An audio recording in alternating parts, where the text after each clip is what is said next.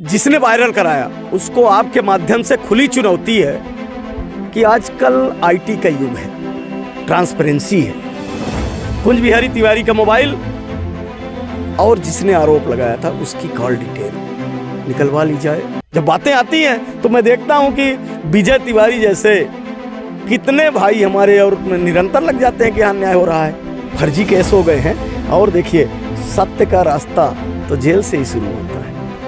रात में हम लोग आ रहे थे, एक हाईवा से पीछे से मारने का प्रयास किया गया गाड़ी पे, ये पुल के पास, तो बचे। उनका लक्ष्य अगर डकैती करने आए हैं, कहीं से उनका विरोध होगा, वो हत्या कर देते। इसी तरह से ये डकैती है और इसे डकैती के खिलाफ अगर कुंज बिहारी बोल रहा है तो कुछ भी किया जाएगा। विपक्ष आईना है और विपक्ष अगर नहीं रहेगा तो सत्ता बेलगाम हो जाएगी। गाड़ी कितनी भी अच्छी रहे, सत्ता खुद बेलगाम होना चाहती, इसलिए विपक्ष को खत्म करने का प्रयास है। लेकिन ये वीरभूमि वसुंधरा है और ये धरती जो है त्याग और बलिदान की है।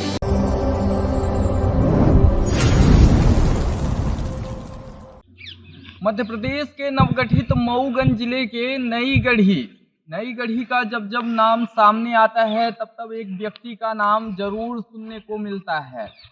आप जब कभी भी नई गढ़ी क्षेत्र में आइए और नई गढ़ी क्षेत्र में भ्रमण करिए तो वहाँ पर कुंज बिहारी तिवारी का नाम जरूर सुनने को मिलेगा। हमारी टीम भी नई गढ़ी पहुँची, नई गढ़ी क्षेत्र में विभिन्न जगहों पर भ्रमण की। लगातार कुंज बिहारी का नाम सुनने को मिल रहा था। आखिर क्यों कुंज बिहारी तिवारी को लोग इतना चाहते हैं, क्यों कुंज बिहारी को मानते हैं? इस सवाल का जवाब ढूंढने के लिए हम लोग सीधा आ गए हैं कुंज बिहारी तिवारी के पास। हमारे साथ कुंज बिहारी तिवारी हैं, बहुत बहुत स्वागत। धन्यवाद भैया आपका, और आपने नई गढ़ी की खबर ली उसके लिए धन्यवाद। सबसे पहले तो आपसे जानना चाहूँगा कि नई गढ़ी क्षेत्र में इतना ज़्यादा लोकप्रिय होने की क्या वजह है? लोकप्रिय नहीं, अपने जनों का स्नेह है और स्नेह का कारण भी समझ में आता है, क्योंकि यहाँ पीड़ा बहुत है। कैसी पीड़ा? कई तरह की पीड़ा है, बेरोजगारी की पीड़ा है, किसानों की पीड़ा है, कई तरह के अत्याचार की पीड़ा थी, नशे के बड़े इसको प्रवेश द्वार बोलें, उससे कई माता पिता की पीड़ा है जिनको भविष्य की आशा थी अपने बच्चों की। किसानों की स्थिति यहाँ बद से बदतर है, शिक्षा का स्तर यहाँ पे बहुत ही अभी गिरा हुआ है। शिक्षा का क्षेत्र है, रोजगार का क्षेत्र है, स्वास्थ्य की स्थिति यहाँ आप जहाँ भी जाएंगे, जिस गांव में जहाँ जाएंगे बिल्डिंगें बनी हैं लेकिन कोई शिक्षा और स्वास्थ्य के कर्मी नहीं है। तो पीड़ा अपरंपार है और पीड़ा पे मरहम लगाने के लिए जब आप चलेंगे तो स्वाभाविक है कि लोग आपको स्नेह करेंगे। जानवर स्नेह करने लगते हैं हाथ फेरने से, ये तो मनुष्य है। बिल्कुल, इन बातों पर हम जरूर आएंगे, लेकिन सबसे पहले ये बताइए आप खेतों में क्या कर रहे हैं? हमसे मिलने का भी टाइम आप खेतों में दे दिए। कहने को तो अन्नदाता, और चुनाव के टाइम भी सबसे बड़ा दाता अन्नदाता है। और दिन की शुरुआत अगर होती है तो ईश्वर के वरदान अन्नदाता और ईश्वर के दिए हुए राशन से होती है। और वो कौन देता है? अन्नदाता। ईश्वर के बाद सबसे बड़ा दाता कोई है तो अन्नदाता है। आज अन्नदाता पे हमारे दुखों का पहाड़ टूट पड़ा है। किसी तरह से किसानों ने इस भीषण सर्दी में, कई वर्षों बाद इतनी भीषण सर्दी पड़ी, और किसानों ने रखवाली करके फसल तैयार की। सरसों की फसल लगभग तैयार थी, कटाई भी कहीं कहीं शुरू हो गई। मसूर, चना, गेहूँ, आलू और प्याज सारी चौपट हो गई। जिस तरह से आपने अभी कवर भी किया है, लगभग 12-12 mm तक के पत्थर गिरे हैं। जो खपड़ेल घर थे वो उनके खप्पड़ तोड़ के और ओले नीचे गिर गए। तो सोचिए कि फसल तो बहुत ही नाजुक थी। अब बात आती है सर्वे की। सर्वे करे कौन? प्रशासन करेगा, राजस्व के। लेकिन नई गढ़ी जो है 3 सर्किलों में बटा है, नई गढ़ी, खर्रा और रामपुर। और यहाँ 3 नायब तहसीलदार होने चाहिए, तहसीलदार होने चाहिए, और लगभग संभागीय मुख्यालय भी है, इसका अनुभाग भी नई गढ़ी होना चाहिए। एसडीएम साहब हफ्ते में 1 दिन बैठते हैं, लेकिन रेगुलर बैठना चाहिए। रामपुर सबसे पुराना सर्किल है, वहाँ नायब तहसीलदार की पदस्थापना है, कभी नहीं जाते। खर्रा में स्थितियाँ बद से बदतर हैं। अब ये है कि प्रयास करते रहना है और सच के लिए लड़ते रहना है और आप सब भी लोकतंत्र के सजग प्रहरी हैं। मैं कहीं चीखूंगा चिल्लाऊंगा तो एक जगह दो जगह, लेकिन आप लोग जब प्रयास सार्थक करते हैं तो बातें बहुत जगह जाती हैं। और आप जैसे युवा पत्रकार जो गांव-गांव निकले हुए हैं, यही लोग कुछ स्वतंत्र खबर दिखा देते हैं, उसके लिए आप सबको धन्यवाद। बाकी जगह खबर छपने से पहले ये निर्धारित कर दी चाहिए क्या छपेगी क्या नहीं। तो जो बड़े चैनल हैं वो निर्धारित हैं, पत्रकारों की आवाज़ रिमोट की तरह निर्धारित है कि कितना बोलना है नहीं बोलना। और आप जैसे युवा पत्रकार जो हैं, बिल्कुल, अभी जैसे आप राजस्व के मामले में बात किए, अभी बता रहे हैं यहाँ पर ओलावृष्टि हुई, आज सुबह से आप खेत में घूम रहे हैं, देख रहे हैं, क्या तहसीलदार को भी इस संबंध में आपके द्वारा जानकारी दी गई? तहसीलदार के द्वारा भी कुछ आश्वासन दिया गया? तहसीलदार साहब श्री दीपक तिवारी जी से बात हुई है और अच्छा लगा कि जैसे मेरे फ़ोन गया उन्होंने कहा कि हमें पता है आप किस लिए फ़ोन किए हैं, पता चल गया कि ओलावृष्टि हुई है। और जो हमारे जिम्मेवार कर्मचारी हैं आरआई और पटवारी, उनको उन्होंने कहा कि हमने क्षेत्र भेज दिया है। पर बड़ा सवाल आता है कि वहाँ से नुकसान का एक प्रतिवेदन आएगा और यहाँ हो जाएगा, वो किसान हमारे पास आना शुरू कर देंगे कि भैया वो सर्वे हुआ था लेकिन राशि नहीं मिली। जब हम लोग तहसील जाते हैं तो वहाँ बताया जाता है कि आरबीसी में नुकसान का देना कितना है। अब बहुत बड़ा सवाल है कि जैसे आपके खेत में नुकसान 1 लाख की हुई, लेकिन वहाँ निर्धारित है कि आरबीसी में आपको 20,000 से नीचे देना है, 10,000। अब वो 10,000 रुपये भी तब आएगा जब प्रदेश से बजट आएगा, साल में एक बार बजट आएगा।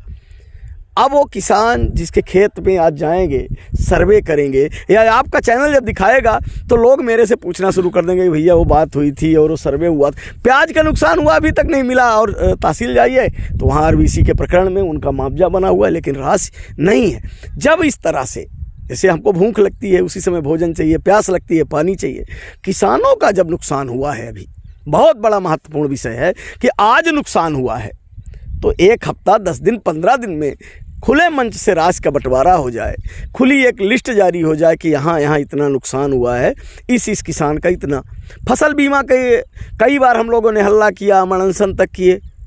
फसल बीमा का जो प्रीमियम है बगैर आपकी इच्छा के किसान के, खाद खरीदे, लोन ले, उसकी काट ली जाती है, लेकिन यहाँ कोई फसल बीमा निर्धारित नहीं है। आप एक लिस्ट निकालेंगे तो चंद बिचौलिए, कोई भी आज ओला पड़ा है उनको मिल जाएगा, वही लोग होंगे। अगर आप 5 साल की लिस्ट निकालेंगे तो कुछ चिन्हित लोग हैं जिनको केवल सरकार का कंपनसेशन, जिन्हें सरकार की योजना और उन्हीं बस को मिल रहा है।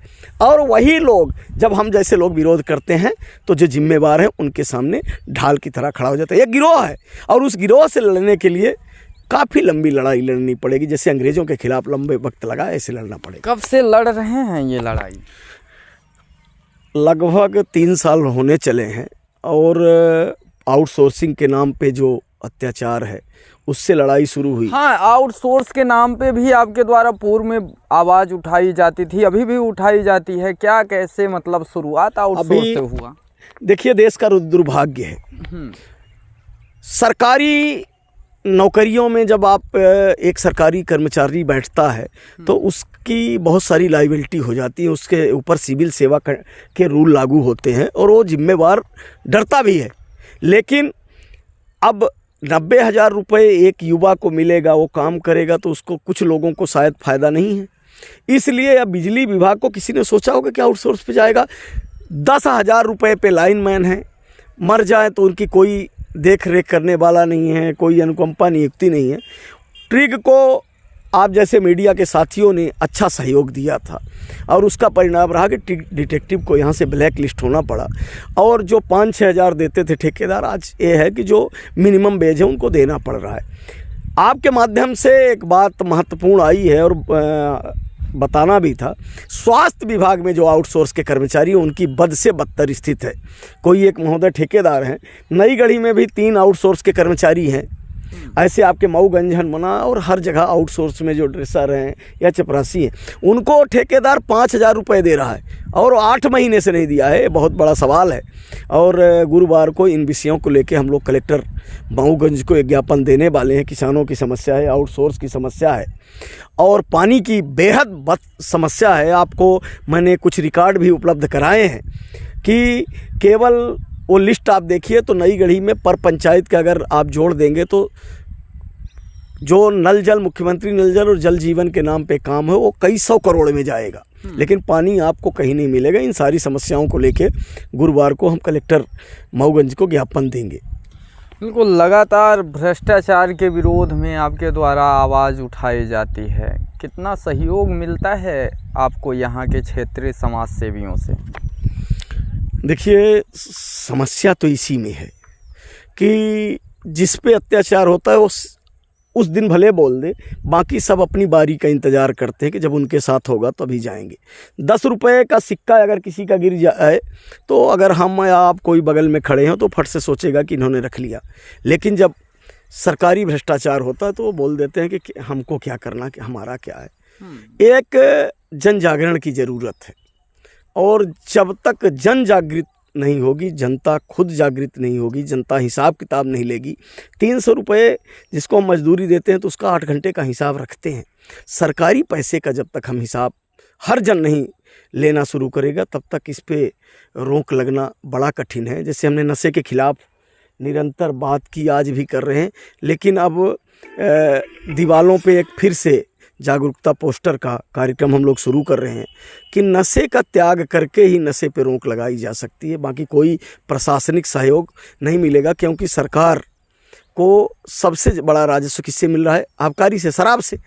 तो शराब से पैसा मिल रहा है, शराब पे क्यों रोक लगाएंगे? बिल्कुल, जब नई गढ़ी क्षेत्र में मैं आता हूँ, हमारी टीम आती है, और आज का समय देखा जाता है, आज से 4 साल 5 साल पहले का समय देखा जाता है, तो पूरे नई गढ़ी सहित पूरे देव तालाब विधानसभा में वो दिन था जब देव तालाब विधायक गिरीश गौतम विधानसभा अध्यक्ष हुआ करते थे। विधानसभा अध्यक्ष जब से बने गिरीश गौतम, लगातार उनके कार्यकर्ता हावी हो गए, तरह तरह के कारनामे नई गढ़ी से सुनने को मिलते थे। इकलौता कुंज बिहारी तिवारी लड़ाई लड़ रहे थे, क्या वजह थी? कैसे उन दिनों को आपने पार किया? सच के साथ ईश्वर की ताकत होती है, और जब आप ईश्वर को मानते हैं और धर्म को मानते हैं तो आपको लगता है कि द्रौपदी का या प्रहलाद का चरित्र टीवी में देखने या पढ़ने से नहीं, कभी कभार सार्थक जीवन में सोचना चाहिए कि अगर ईश्वर ने द्रौपदी की लाज बचाई थी, भक्त प्रहलाद की बचाई थी, तो अगर हम सही हैं, सच के रास्ते पे हैं, तो ईश्वर, आप भी अगर कवर करने आए हैं तो आप नहीं आए हैं, हो सकता है ईश्वर ने प्रेरणा की हो कि जाइए, और नई गढ़ी के किसानों की जो समस्या है, तो ईश्वर कोई माध्यम बनाता है ना, आप एक माध्यम बन के आए हैं यहाँ की बात करने के लिए। तो हमारी जिम्मेवारी है कि जहाँ गलत हो वहाँ बोलें। आग लगी है तो हम, ये ज़रूरी नहीं है कि हम अकेले बुझा पाएँ, लेकिन बाल्टी लोटा लेके तो दौड़ें, चीख तो लगाएं कि आग लगी है बुझा दो। तो अगर कहीं गलत होता है तो हम चीखते तो ज़रूर रहेंगे, और तब तक चीखते रहेंगे जब शरीर में अंतिम सांस है, जब तक इस मुंह से जबान निकलेगी तो गलत के खिलाफ हम बोलते रहेंगे, लड़ते रहेंगे। आप लड़ाइयाँ लड़ रहे हैं, पूर्व में भी आप लड़ रहे थे, उस समय पर आपके ऊपर एक आरोप लगा था नशे को लेकर, कई वीडियो वायरल करवाए गए थे सोशल मीडिया पे, क्या था वो सब? नशे के जो कारोबारी हैं और जिसने वायरल कराया, उसको आपके माध्यम से खुली चुनौती है कि आजकल आईटी का युग है, ट्रांसपेरेंसी है। कुंज बिहारी तिवारी का मोबाइल और जिसने आरोप लगाया था उसकी कॉल डिटेल निकलवा ली जाए, सार्वजनिक होनी चाहिए। मैंने तो एसपी साहब को भी दिया था। दूसरा, कुंज बिहारी तिवारी का ब्लड टेस्ट, अगर मैं नशा करता हूं तो मेरे ब्लड का टेस्ट सैंपल करा लिया जाए, और जिसने आरोप लगाया था उसका करा लिया जाए। जो नशे के कारोबारी होते हैं, संरक्षक होते हैं, वो जनता का ब्रेन वॉश करते हैं। जैसे आप आतंकवादियों में सुनते होंगे, और कई पिक्चरें आतंकवादियों पे बनी हैं कि आतंकवादियों के द्वारा जब ब्रेन वॉश किया जाता है तो कहा जाता है कि आप जब माने जिहाद करोगे, और जिहाद करके जब जाओगे और अगर कहीं मारे भी जाते हो तो आपको कितनी हूरें मिलेंगी, वो 72 हुरें मिलेंगी। तो ये जो नशे के कारोबारी हैं ये इस तरह से युवाओं का ब्रेन वॉश करते हैं कि आप इस धंधे पे आओ। और जो अच्छे लोग हैं जिनको कुंज बिहारी की बात पे भरोसा है, तो कौन सा नैरेटिव फैलाया जाए कि जिससे लोगों के मन में एक शंका आए कि कुंज बिहारी तिवारी की बातों के वजन जो है वो कम हो। एक संगठित गिरोह है वो कर रहा है। अच्छा, उस समय पे आपके ऊपर अटैक भी हो रहे थे? आज भी वो अटैक आज भी होंगे। अभी आप देखेंगे एक दिन प्रियेश पांडे जी को पता है, रात में हम लोग आ रहे थे, एक हाईवा से पीछे से मारने का प्रयास किया गया गाड़ी पे, ये पुल के पास, तो बचे। हमने जांच के लिए दिया था, आग जनी में फंसाने का जो प्रयास हुआ खूब छपा, हमने दिया था और कहा था कि जहाँ पे घटना हुई और जो पीड़ित अपने को बता रहा है उसकी कॉल डिटेल सार्वजनिक हो, वो कौन से लोग थे जो उस समय एक्टिव थे वहाँ। घटना का जब टाइम दिखाया गया तो पीड़ित के घर के पास वो कौन कौन से मोबाइल एक्टिव थे, ये तो हमने दिया, तो फिर क्यों जांच नहीं हुई? हमने दिया, पीड़ित के तरफ से दिया कि पीड़ित को न्याय मिलना चाहिए, जिसने आरोप लगाया घर में आग लगी उसको न्याय मिलना चाहिए, हमने दिया। और एसपी साहब को दिया, डीजी को दिया, सब जगह हमने दिया कि उस घटना के समय तो किसी तरह से देखिए जो गिरोह होता है जब डकैती डालने आता है तो उसका एक उद्देश्य तो होता है लूट। और कई जगह आप देखे हैं कि डकैत हत्या तक कर देते हैं। उनका लक्ष्य अगर डकैती करने आए हैं, कहीं से उनका विरोध होगा, वो हत्या कर देते। इसी तरह से ये डकैती है और इस डकैती के खिलाफ अगर कुंज बिहारी बोल रहा है तो कुछ भी किया जाएगा। क्या लगता है अब विपक्ष में बैठना कितना मुश्किल है? कोई मुश्किल नहीं है, सच बोलने में कौन सी मुश्किल है? लगातार आप रीवा और मऊगंज जिलों को देख लीजिए, विपक्ष के कुछ ही नेता हैं जो कि सड़कों पर आ रहे हैं, विरोध कर रहे हैं। गिने चुने 100 में से सिर्फ 2 ही मानिए, 2 ही मानिए क्यों? आप देख लीजिए, जमीन पे दिखाई दे रहे हैं। विजय जी, आप क्रांतिकारियों का इतिहास और स्वतंत्रता की लड़ाई, स्वतंत्रता का संग्राम और देश गुलाम क्यों हुआ, आज़ादी कैसी मिली इसको छोड़िए, गुलाम क्यों हुआ उसको भी पढ़िए। कई किताबें हैं, पढ़िए, हमारे पास हैं, हम देंगे, आप पढ़िए। भगत सिंह ने कहा था, जब उनके साथी उनके साथ बैठे, जैसे हमारे साथ अगस्त क्रांति मंच के साथी बैठते हैं, उनको भी मैं बोलता हूँ कि मेरे साथ वही आना जिसको लड़ना हो, देने के लिए कुछ नहीं है। तो भगत सिंह के साथियों ने कहा कि अंग्रेज़ों के खिलाफ लड़ना है, तो भगत सिंह ने कहा कि सपने तो आज़ादी के हैं, कि एक तिरंगा हमारा खुले आसमान में भारत का लहराए, लेकिन उस सपने को पाने के लिए ये ध्यान रखना कि आंखों के सामने फांसी का फंदा भी गले पे लग सकता है। और जो लोग गले में फांसी के फंदे को सोच के चले तो देश की आज़ादी मिली। उस समय भी ये जरूरी नहीं था कि सब लड़ रहे थे, कुछ लोग लड़े थे तो कुछ शहीद हो गए और कुछ बचे रहे। तो शहीदी और सत्य की लड़ाई में भगत सिंह को पढ़ना या आप भक्त प्रहलाद को पढ़ना, अभी मर्यादा पुरुषोत्तम की देखिए, घर घर पूजा हुई, सब बात कर रहे हैं, लेकिन राम को श्री राम बनने के लिए 14 वर्ष पत्थरों पे लेटना पड़ा, जंगल जंगल घूमना पड़ा। तो सच के लिए संघर्ष करना पड़ता, तपना पड़ता। बिल्कुल, सच के लिए संघर्ष करना पड़ता है। और जितनी उम्मीद जनता को सत्ता से नहीं रहती, उससे कहीं ज़्यादा उम्मीद जनता को विपक्ष से रहती है। मैं एक छोटा सा एग्जाम्पल देता हूँ देवतालाव विधानसभा का। देवतालाव विधानसभा में पूर्व में जयवीर सिंह थे, जो कि अब सपा में जा चुके हैं। यहाँ से कांग्रेस के प्रत्याशी पद्मेश गौतम हैं। पूर्व में और कई कांग्रेस के कार्यकर्ता थे, जो पदाधिकारी भी थे, जो बीजेपी की ओर चले गए।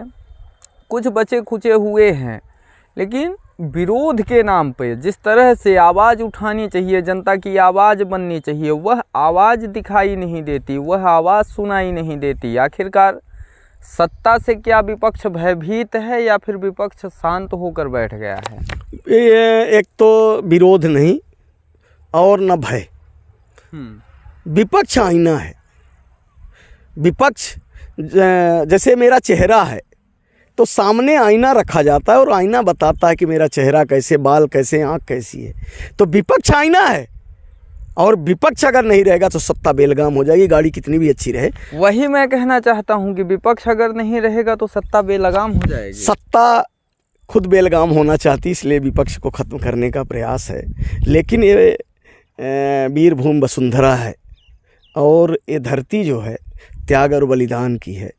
यहाँ पे लोगों ने संघर्ष किया है और संघर्ष के रास्ते पे चलेंगे। ठीक है, आज बीजेपी सत्ता पे है, उस समय कांग्रेस पे थी, लेकिन लोगों ने संघर्ष किया, कांग्रेस की सरकारों के खिलाफ संघर्ष किया, तो आज बीजेपी सत्ता में है।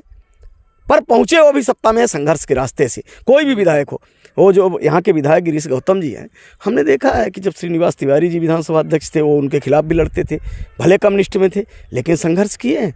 तो ऐसा नहीं है कि कोई आज सत्ता पे पहुँचा है संघर्ष नहीं किया। हाँ, दिक्कत वहाँ हो जाती है कि सत्ता पे पहुँचते ही लोग, जो मूल सोच है, जिस सोच के लिए लोग उनको चुनते हैं, जो तस्वीर उन जनता के मन में उनकी रहती है कि ये व्यक्ति अगर सत्ता पे पहुँचेगा तो हमारे लिए काम करेगा, दुर्भाग्य है कि सत्ता पे पहुंचने के बाद वो मौन हो जाता है। और वही मौन जब धारण कर लेता है तो जनता का नुकसान होता है और जनता अपने को ठगी महसूस करती है। कुंज बिहारी तिवारी यहाँ से जनता की लड़ाई लड़ रहे हैं। कुंज बिहारी तिवारी के खिलाफ कभी एक आध दो फर्जी केस हो गए तो हो ही गए हैं। अच्छा, हो गए हैं, फर्जी केस हो गए हैं। और देखिए, सत्य का रास्ता तो जेल से ही शुरू होता है। बिल्कुल। वासुदेव और देवकी और भगवान कृष्ण, जिनको कर्मयोगी कहा जाता है, वो तो जेल में पैदा ही हुए थे।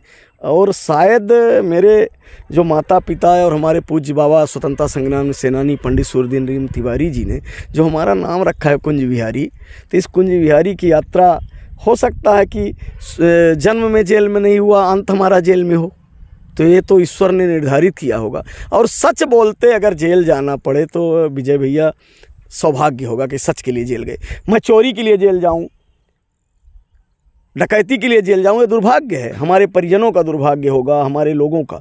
लेकिन अगर सच के लिए लड़ते जेल जाना पड़े तो ये वो भी गौरवान्वित महसूस करेंगे जिन्होंने हमको पैदा किया है, जो हमारे पूर्वज। हाँ, प्रयास कई तरह के हैं और कई तरह का षड्यंत्र चलता है, चलता रहेगा, लेकिन सच के लिए भी तो चलते रहना पड़ेगा, बोलना तो पड़ेगा, किसी न किसी बोलना पड़ेगा। लेकिन बोलते बोलते वही प्रशासन और वही शासन आपके व्यक्तिगत दुश्मन हो जाते हैं।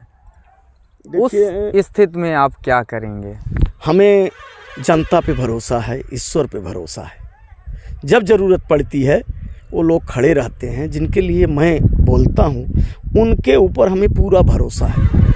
और ईश्वर पे भरोसा है कि ईश्वर कोई न कोई रास्ता निकालता है और जब कुछ करेगा तो होगा। अब बताइए कि अगर जो तिवारी जी हैं, ददन, पेट्रोल पकड़ा जाता है, उनके ऊपर शराब का केस लगा, तो क्या कुंज बिहारी को नहीं बोलना चाहिए? मुद्रिका कोल के लिए साथ अन्याय हुआ, साल भर से ऊपर हो गया, क्या कुंज बिहारी को नहीं बोलना चाहिए? क्या वो जो महिला थी हकरिया की, जिन्होंने शिकायत की, 181 लगाया, सब कुछ किया कि हमारे घर के पास गांजा बिकता है, दिक्कत है, उन्हीं के ऊपर वो 181 बंद न करने पर महिला को थाने में बंद किया गया, पति को बंद किया गया, क्या नहीं बोलना चाहिए?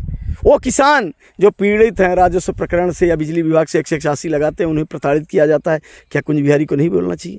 क्या स्वास्थ्य की जो बदहाल व्यवस्था है उसके खिलाफ कुंज बिहारी को नहीं बोलना चाहिए अपने जन के लिए? क्या शिक्षा के लिए नहीं बोलना चाहिए? बोलना चाहिए। और अगर बोलना चाहिए तो हम बोलते रहेंगे। और आप जैसे भाई हैं, कुंज बिहारी के लिए कौन बोलेगा? कुंज बिहारी के लिए आप सब बोल तो रहे हैं। अगर आपको कुंज बिहारी के लिए न बोलना होता, और आपके जो मीडिया के साथी हैं, कई ऐसे पत्रकार भाई हैं जो भगवान की बोलें कि बहुत बड़ी उनके ऊपर कृपा है, वो भी तो कुंज बिहारी के लिए बोलते हैं। जब बातें आती हैं तो मैं देखता हूं कि विजय तिवारी जैसे कितने भाई हमारे और निरंतर लग जाते हैं कि यहाँ न्याय हो रहा है। आप कैलाशपुर की घटना कवर किए थे। बिल्कुल। कुछ चीज़ें ऐसी हैं विजय भाई कि जो सोने नहीं देती हैं। आप देखे होंगे कि जनपद अध्यक्ष नई गढ़ी और हम दोनों लोग गए थे। बिल्कुल। और बहनें सुरक्षित नहीं है, बेटी सुरक्षित नहीं है, माँ सुरक्षित नहीं है, ऐसे कुंज बिहारी कैसे मान ले कि कुंज बिहारी सुरक्षित है? तो जब हमारे जन सुरक्षित नहीं है तो हम असुरक्षित तो है ही है। और अगर असुरक्षित हैं तब भी हमें तो बोलना पड़ेगा। अंग्रेज़ों के खिलाफ, मुगलों के खिलाफ हमारे लोगों ने ही तो लड़ा होगा। तो जो भी परिस्थितियाँ रहें, सच के लिए लड़ना है। और आप सबसे भी निवेदन है कि आप भी सब सच की आवाज़ बने रहें। ईश्वर आप सबको शक्ति दे कि आप भी इस तरह जनता की बात खुले दिल से दिखाते रहें। बिल्कुल, जनता की बात, आप जैसे अगर क्रांतिकारी लोग रहेंगे तो हम तो आते ही रहेंगे और दिखाते ही रहेंगे, हमारा काम है। इसीलिए हमारा चैनल एक डिजिटल प्लेटफॉर्म पे है और हम स्वतंत्र रूप से काम करते हैं। लेकिन तिवारी जी, नई गढ़ी की हम लोग बात कर रहे थे। नई गढ़ी में आपके द्वारा शुरुआत में ही बोला गया, पीड़ा है, अन्याय है, तरह तरह से बताया गया। एक आध दो पीड़ा नई गढ़ी क्षेत्र की हमें भी बताइए, हमारे दर्शकों को भी बताइए। सबसे बड़ी पीड़ा यहाँ भ्रष्टाचार की है, और भ्रष्टाचार के कारण ये क्षेत्र जो है, सबसे बड़ी पीड़ा यहाँ है पेयजल संकट। पथरीला एरिया है, इसलिए कि छित जल पावक गगन समीरा पंच रचित यह अधम शरीरा, और रहीमन पानी राखिए बिन पानी सब सून, पानी गए न उबरे मोती मानुष चून। तो खेती की तो बात छोड़िए, सिंचाई के लिए यहाँ पेयजल का बहुत बड़ा संकट है। और बहुत सारी योजना आई, बड़े बड़े भाषण हुए, बड़े बड़े भूमि पूजनों पे खर्च हुए, और मीडिया के लोगों ने भी दिखाया कि अब गंगा जल घर घर जाएगा, लोगों की समस्या और वो घड़े जो 3 किलोमीटर जाते थे बंद हो जाएंगे। क्या हुआ? टंकी जो बनी थी, जो पानी भर के लोगों को देती है, खुदा ही बूंद बूंद पानी के लिए तरस रही हैं। पैसे निकाले गए, उन लोगों की प्यास बुझी जिनको पैसे से की प्यास है, जनता की प्यास से मतलब नहीं है। और उसका परिणाम रहा कि नल जल योजना, मुख्यमंत्री नल जल और जल जीवन मिशन ठप हो गया पानी की। दूसरा, शिक्षा की। शिक्षा के लिए कई तरह की बिल्डिंगें स्वीकृत हुई, और आपको अगर टाइम लगे तो कवर करिएगा, विकास ढूंढो यात्रा में आप सबने दिखाया था। भ्रष्टाचार की भेंट चढ़ गई, वो चिल्ला रही हैं कि हमारी हत्या कर दी गई है। कई स्कूलें जाके देखिए कि उद्घाटन नहीं हुआ, जो राउट चले जाइए उद्घाटन नहीं हुआ, बिल्डिंग गिर गई है। कई CFT भवन। तो ये स्वास्थ्य विभाग, स्वास्थ्य का बहुत बड़ा संकट है यहाँ। यहाँ के लोग नागपुर पे ही आश्रित हैं, लगभग 80% लोग नागपुर जाते हैं, और जो बचे कुचे हैं तो बनारस या प्रयागराज जाते हैं। तो स्वास्थ्य की बहुत बड़ा संकट है यहाँ। और जो बिल्डिंगें बनी हैं वो जर्जर हो गई, या खुली नहीं, गेट नहीं खुले। आप यहाँ चले जाइए, पूर्वा आरोग्य केंद्र बना है, चारों तरफ खेती है, तो आप समझ सकते हैं। इसी तरह से जितने ये है, शिक्षा, जो प्राथमिक शिक्षा थे, आप गांव-गांव जाइए, बंद हो रहे हैं। अब आप सोचिए कि खेत में मजदूरी करने वाला व्यक्ति देवतलाव, कटरा या नई गढ़ी भेजता है, क्यों भेजेगा? 400 पाता है। कारण कि स्कूलों में शिक्षक नहीं है, जो हैं भी 1-2 वो कभी जाते नहीं, कारण कि कभी उनकी जनगणना में ड्यूटी, कभी किसी कार्यालय में। तो ये दूसरा सबसे बड़ी समस्या यहाँ है देश का भविष्य। अब आप सोचेंगे कि देश तो बहुत बड़ा है, नई गढ़ी भर देश के भविष्य कैसे, नई गढ़ी से क्यों देश का भविष्य खराब होगा?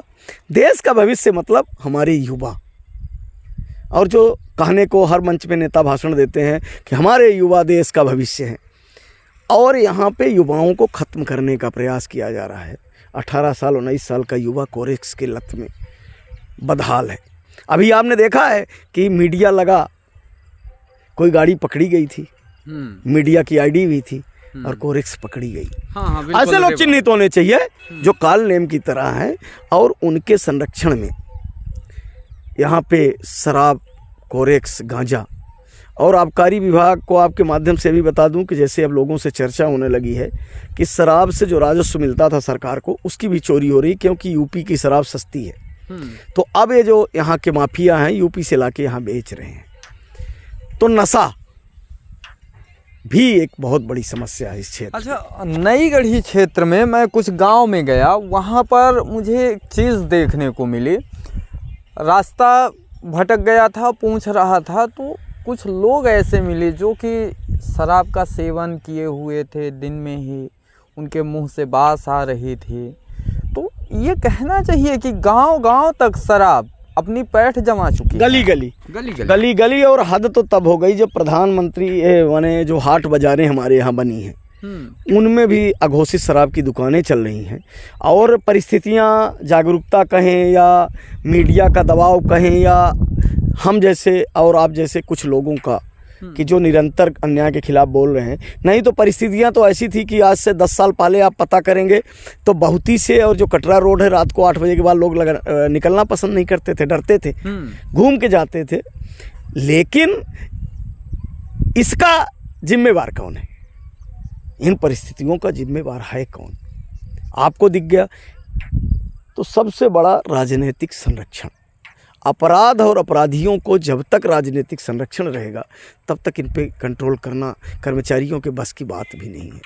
अब या तो यह सिस्टम हो कि कोई ऐसा सर्वर लॉन्च हो कि पुलिस अगर माफिया को पकड़ती है, गांजा वाले को पकड़ती है, तो कोई ऐसा सिस्टम हो कि उनको डर बना रहे कि टीआई को फ़ोन करेंगे तो ऑटोमेटिक कहीं ना कहीं स्टोर होगा, या ऐसा कोई आ जाए तभी रोक लग सकता है। नहीं तो पुलिस बहुत सारी चीज़ों में कार्यवाही करना भी चाहती है। पर ये कहना चाहिए कुछ टेक्नोलॉजी आनी चाहिए और जो थाना प्रभारी हैं, जो बड़े अधिकारी हैं, उनके कॉल रिकॉर्ड होने चाहिए। हाँ, उनके हर समय होने चाहिए, जिससे उनके ऊपर भी राजनीतिक प्रेशर हट सके। ऐसा नहीं है कि सारे कर्मचारी नहीं जानते, वो भी समाज से आए लोग हैं, उनके भी घर में बच्चे हैं, उनके घर में भी और लोग हैं। तो कई बार वो चाहते हुए भी, एक मैं नाम नहीं लूँगा, अभी पीएससी से एक लड़का पास आउट हुआ और डीएसपी में हुआ था उनका, तो उन्होंने ज्वाइन नहीं किया। वो बोला कि हमारे एक मित्र डीएसपी हैं और वो बोले कि अपनी आत्मा को मारना पड़ता है। बताइए, एक युवा जो पीएससी पास आउट हो रहा है और डीएसपी की नौकरी उसको मिलती है और वो कहता है कि हम डीएसपी की पुलिस की नौकरी इसलिए नहीं करेंगे कि हमारे किसी मित्र ने कहा कि इस नौकरी में अपनी आत्मा को मारना पड़ता। आत्मा को मारना आप समझ रहे हैं कि वो जानता है कि गलत यहाँ हो रहा है और वो सही कर नहीं पाता, इसको आत्मा का मारना कहते हैं। ये परिस्थिति, ये कहना चाहिए सत्ता इतनी हावी है कि प्रशासन पूरी तरह से दबा हुआ है। हाँ, जो राजनीतिक दबाव है सत्ता प्रशासन पे, वो रिलीज होना चाहिए, कम होना चाहिए, और तब जाके अभी समस्या आवारा पशु बोलेंगे, वैसे गोधन कहा जाता था। पहले जब बचपन में शादी ब्याह होता था, समस्याओं की बात की तो ये भी बहुत बड़ी समस्या है। लोग बोलते थे कि लोग ये तक देखते थे कि इसके यहाँ गाय बैल कितने हैं, भैंस कितनी है, उससे उसकी आर्थिक मजबूती का पता चलता था। आज वही गोधन आवारा जानवर हो गया है। सरकार ने बहुत अच्छा इंफ्रास्ट्रक्चर डेवलप किया है और आपको जान के खुशी होगी कि नई गढ़ी में जो अधूरे गौशाला थे, जिनको खा लिया गया था पूर्ण रूप से, किसी तरह से करके आपका मरना कंप्लीट हो गया। जोधपुर, भीर, रामपुर करा है और बहुती।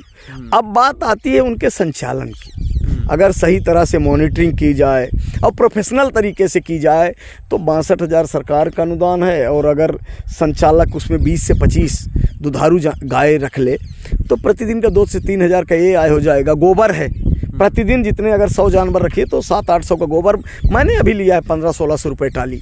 तो हमको पता है कि एक टाली गोबर 2 दिन में हो सकता है। योजना बना दिए, लेकिन उसका इम्प्लीमेंट धरातल पे नहीं हो रहा है।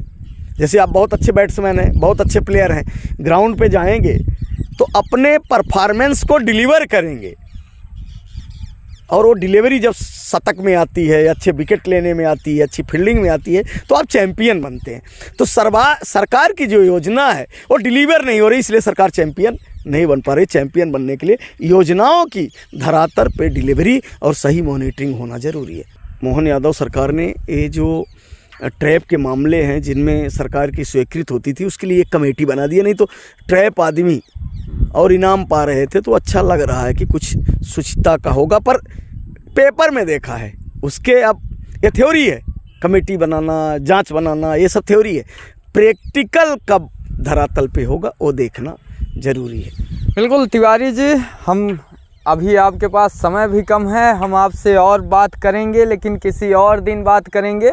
एक लास्ट सवाल, नई गढ़ी क्षेत्र से आगे भी आप जाएंगे, उनकी भी दुख दर्द पीड़ा सुनेंगे, या फिर एरिया सीमित रखेंगे? एरिया कोई सीमित नहीं है, सीमित नहीं है। संसार खुला आकाश है चलने के लिए, और ये धरती चलने के लिए है, निरंतर चलेंगे। नई गढ़ी क्या, रीवा में आपने देखा होगा कि हम लोगों ने न पुलिस को सत्य के लिए लड़ने के लिए किसी अन्य ताकत की जरूरत नहीं होती, ज़रूरत होती है ईश्वर के आशीर्वाद की। और देखा कि किस तरह से कलेक्ट्रेट पे कई बड़े घेराव हुए। अब नई मऊगंज जिला हो गया है, तो रीवा और मऊगंज भी जितना हम लोग चाहे अपना सामाजिक संगठन हो या कांग्रेस पार्टी के एक पदाधिकारी के दायित्व हो, हम लोग निरंतर लड़ते रहेंगे और जनता की आवाज़ है और जनता के लिए जब जहाँ ज़रूरत होगी हर समय खड़े हैं। आपने देखा होगा कि कैलाशपुर उस ठंडी में हम लोग 7 बजे पहुँच गए थे। बिल्कुल। तो सीमित कहाँ है, जैसे जानकारी होती है संसाधन सीमित है, पीड़ा जितनी है जनता में मरहम शायद हमारे पास उतने अभी नहीं है, इसलिए लग रहा है कि साधन सीमित है। तो लेकिन मरहम जितना है हम लगाते रहेंगे और जैसे जैसे आप जैसे साथियों का कारवा जुड़ेगा मरहम बढ़ता जाएगा और जहाँ तक पीड़ित के पास पहुँचना है हम लोग पहुँचते रहेंगे। बिल्कुल, बहुत बहुत धन्यवाद। अभी हमारे साथ समाज सेवी कुंज बिहारी तिवारी हैं और जो बात की गई आप सबने सुना कि किस तरह से नई गढ़ी क्षेत्र के लोगों की दुख दर्द की आवाज़ बन रहे हैं कुंज बिहारी तिवारी। साफ तौर पर बोला गया है कोई एरिया सीमित नहीं है जहां से खबर आएगी कि यहां पर है दुख दर्द, वहां पर वह ज़रूर जाएंगे और मदद करते रहेंगे। फिर मिलते हैं अगले एपिसोड में एक ऐसे ही समाज सेवी के साथ जो कि ज़मीनी स्तर पर कार्य कर रहे हैं और लोगों की मदद कर रहे हैं, लोगों के दुख दर्द में शामिल हो रहे हैं और उनकी आवाज़ बन रहे हैं। तब तक के लिए हमें दीजिए इजाज़त।